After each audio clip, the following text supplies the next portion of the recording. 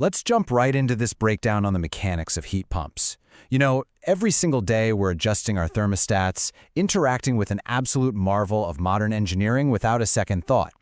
Today, we're skipping the basics and diving straight into the advanced thermodynamics at play. Specifically, how manipulating pressure and phase changes literally allows us to master our environments. Now, you might assume that when you crank up your air conditioner, it's somehow magically generating cold air from scratch. But to really grasp the mechanics here, we've got to ground ourselves in a fundamental absolute of physics. Cold is actually an illusion. There's no way to create it. So that amazing blast of frosty air, it isn't a machine generating coldness out of thin air. See, cold is simply the absence of heat. Therefore, your AC is fundamentally a heat mover, not a cold creator. It's a heat pump, dedicated purely to absorbing thermal energy in one spot and relocating it to another. Fun fact, the refrigerator sitting in your kitchen right now, it's doing the exact same thing. It is essentially a mini heat pump for your groceries. Section 1. The Great Cooling Myths. To understand this heat-moving magic, we really need to meet the workhorse of the entire process, which is the refrigerant. Now, this isn't just your average liquid. It's kind of like a chemical gymnast, engineered with a remarkably low boiling point, designed to change states exactly when we need it to. Without this highly specific vehicle carrying the heat, the entire system would completely grind to a halt. This fluid travels in a continuous closed loop through 4 fundamental components. First, the compressor pumps the refrigerant.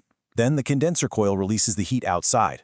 Next, the expansion valve forces a crucial pressure drop. And finally, the evaporator coil absorbs the indoor heat. Together, these 4 realms create the mechanical cycle that makes temperature control possible. Section 2. The Summer Cooling Cycle. It all kicks off with absorption. Inside your home, your evaporator coil is filled with cold, low-pressure liquid refrigerant. As the system's fan blows your warm indoor air across this coil, that freezing liquid eagerly absorbs the ambient thermal energy right out of your room. And here's where it gets cool. Literally, this absorption forces a phase change, making the refrigerant boil into a gas. Remember, the physical process of evaporation absorbs energy. It's the exact same thermodynamic that makes a breeze feel freezing cold when you step out of a pool on a sweltering day. That evaporation is what's actually removing the heat energy from your indoor air.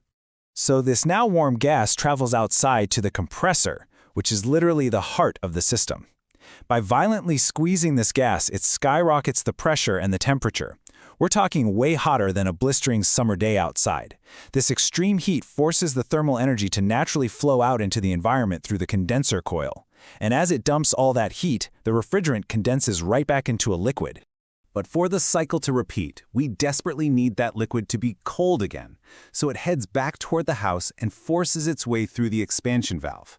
This sudden bottleneck causes the pressure to drop dramatically. Thanks to the laws of thermodynamics, the temperature absolutely plummets alongside it, turning it back into a freezing cold liquid, completely ready to absorb more heat. Section 3. The Winter Heating Flip. Now here is the brilliant plot twist. It's called the reversing valve. Flip your thermostat to heat, and the entire flow completely reverses. The outdoor unit suddenly becomes the evaporator. And yes, even at freezing temperatures, like 0 degrees Celsius, there is still extractable thermal energy in the air. The incredibly cold refrigerant absorbs that ambient energy, turns into a gas, and heads inside. Once again, the compressor acts as the powerhouse. It takes that cool gas from outside and violently compresses it until it transforms into a very hot, high-pressure gas. Pumping this superheated gas to the indoor coil means the heat transfers directly into your home, beautifully warming up your room before the refrigerant turns back to liquid to do the whole thing over again. Section 4. The Efficiency Advantage. This is where the engineering truly pays off, and it's a real game changer. Think about a standard electric baseboard heater. It has a 1-to-1 ratio. 1 unit of electricity creates exactly 1 unit of heat. But because a heat pump only moves heat instead of creating it, that exact same single unit of electricity can yield 3 to 4 units of heat energy. It is a massive efficiency multiplier. There is, however, a physical limit we have to mention. When temperatures plunge well below freezing, the available ambient heat outside drops drastically.